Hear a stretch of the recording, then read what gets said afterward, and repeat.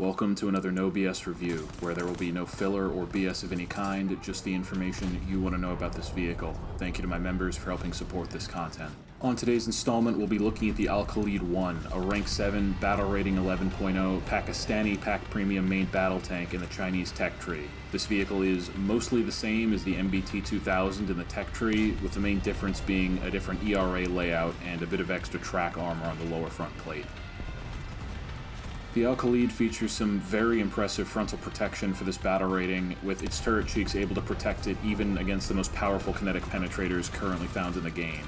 The hull is a bit more hit or miss. There are a lot of overlapping sections of composite and explosive reactive armor, so sometimes rounds may slip through, and at other times they'll get blocked somewhere where you really wouldn't have expected them to. In terms of weak spots, the driver's port is very weak, with only around 40mm of effective protection, so even 20mm HVAP can sneak its way through.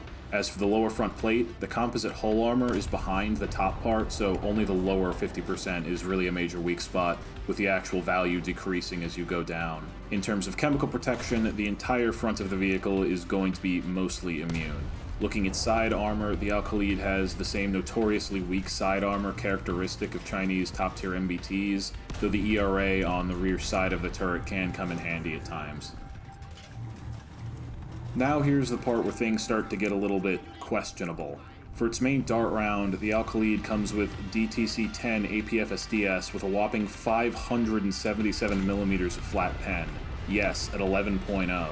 And yes, that's the same round on China's top 12.0 MBTs. This means that in a down tier, this tank is going to be able to lull pen just about any vehicle it comes across, including being able to blow clean through the strongest parts of the hull armor on both the Abrams and the Leopard 2. The only piece of good news for this vehicle's opponents is the fact that it uses the T-72 derived autoloader, giving it a rather sluggish reload speed of 7.1 seconds, the slowest of any top tier MBT as far as I can think of, other than of course the Object 292. It also has a somewhat limited gun depression angle and turret traverse speed of 6 degrees and 30 degrees per second aced respectively, though it does get Gen 3 thermals, which is fantastic for target acquisition and situational awareness.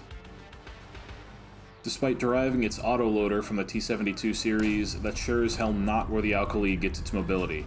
With its 1200 horsepower engine, this 48-ton vehicle is able to achieve a maximum speed of 44 miles per hour or 70 kilometers per hour and a power-to-weight ratio of 25 horsepower per ton. What you might find especially useful though is the fact that, unlike most other Eastern main battle tanks, the Al-Khalid actually has a reverse gear, and a pretty decent one in fact, allowing it to reverse at 20 miles per hour or 32 kilometers per hour.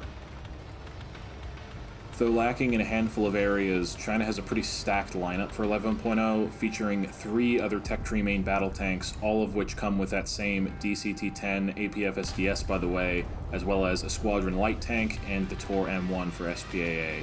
There are currently no IFVs around this BR though, which is kind of a shame. While China also lacks any good fixed-wing CAS around this BR, it actually has 2 11.0 helicopters which are both worth mentioning. First is the Taiwanese AH-1W, which can carry 8 Hellfire missiles, which are quite potent for this battle rating, as well as the Z-9WA, which can carry 8 TY-90 IRCCM air-to-air missiles, making it actually a pretty solid vehicle for hunting enemy CAS.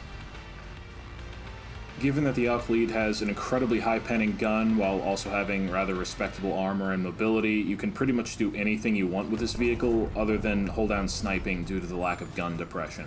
The only other thing you really need to worry about is the rather slow reload, which means that you'll want to be quite cautious when engaging multiple enemies at once.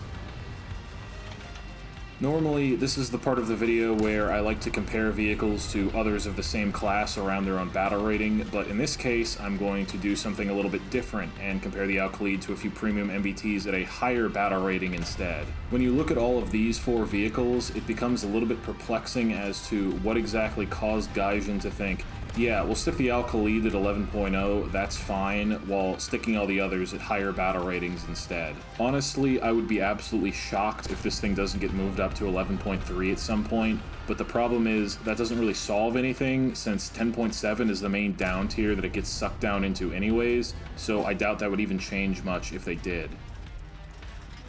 The Al-Khalid is overall an incredibly powerful and fun vehicle, with the only characteristics causing me not to label it as outright overpowered being the gun depression and the slow reload, and to a lesser extent the bad side armor. Otherwise, this is a near perfect combination of armor, firepower, and survivability, and in full transparency, this was by far the most brain-dead easy to play of any of the top tier MBTs I've so far reviewed.